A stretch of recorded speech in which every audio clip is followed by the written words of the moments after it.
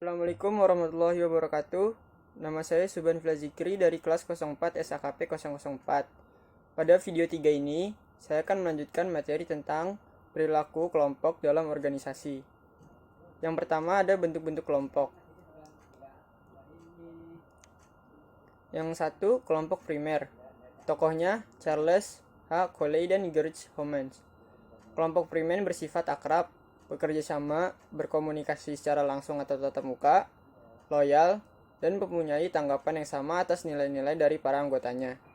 Kelompok primer memberikan kontribusi dalam pembentukan sifat, sosial, dan cita-cita individu. Contohnya, keluarga dan teman bergaul atau peer group. Lalu yang kedua ada kelompok informal dan informal. Kelompok formal. Kelompok sengaja dibentuk untuk melaksanakan suatu tugas tertentu. Para anggota biasanya diangkat oleh organisasi. Kelompok formal selanjutnya ada yang membedakan menjadi kelompok komando, yaitu kelompok yang ditentukan oleh bagian organisasi dan melaksanakan tugas-tugas rutin kelompok. Kelompok tugas yaitu kelompok yang bekerja sama untuk menyelesaikan suatu tugas atau proyek tertentu. Selanjutnya ada kelompok informal, terbentuk secara ilmiah. Kelompok tumbuh dari proses interaksi, daya tarik, dan kebutuhan seseorang. Anggota tidak diatur dan diangkat keanggotaan ditentukan oleh daya tarik bersama dari individu dan kelompok. Kelompok informal dapat dibedakan menjadi satu, kelompok persahabatan, yang terbentuk karena adanya sejumlah persamaan di antara beberapa individu. Dua, kelompok kepentingan, merupakan kelompok yang berafiliasi untuk mencapai sasaran yang sama. Lalu ada kelompok terbuka dan tertutup. Perbedaan di antara kelompok terbuka dan tertutup terletak pada daya respon terhadap perubahan dan pengaruhnya terhadap kestabilan.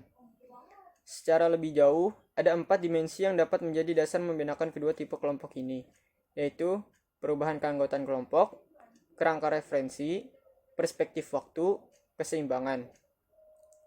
Lalu ada kelompok referensi. Kelompok referensi digunakan bagi anggotanya sebagai sumber dari nilai dan sikap pribadinya. Kelompok ini memberikan dua fungsi bagi seseorang untuk melakukan evaluasi diri, yaitu fungsi perbandingan sosial dan fungsi pengesahan sosial. Selanjutnya ada fase pembentukan kelompok. 1. Forming atau pembentukan. Keadaan ketidakpastian akan tujuan struktur dan kepemimpinan harus dihadapi. Fase ini berakhir ketika anggota kelompok menyadari diri mereka sebagai sebuah entitas yang satu. Yang kedua ada storming atau merebut hati. Adanya konflik interkelompok, terbentuknya hierarki yang relatif jelas dalam kelompok akan membawa kelompok menangkapi fase selanjutnya. Yang ketiga ada norming atau pengaturan norma.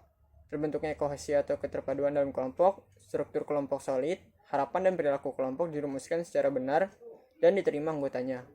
Yang keempat ada performing atau melaksanakan. Setiap anggota mengetahui kewajiban, hak, dan peran masing-masing dalam pelaksanaan tugas kelompok. Yang kelima ada unjourning atau pengakhiran. Fase ini terjadi pada kelompok yang bersifat temporer, di mana hal ini ditandai dengan berakhirnya rangkaian kegiatan. Lalu, selanjutnya ada masalah utama dalam dinamika kelompok, yaitu ada dari kepemimpinan, yang kedua pengambilan keputusan dan pemecahan masalah, yang ketiga komunikasi, dan yang keempat konflik.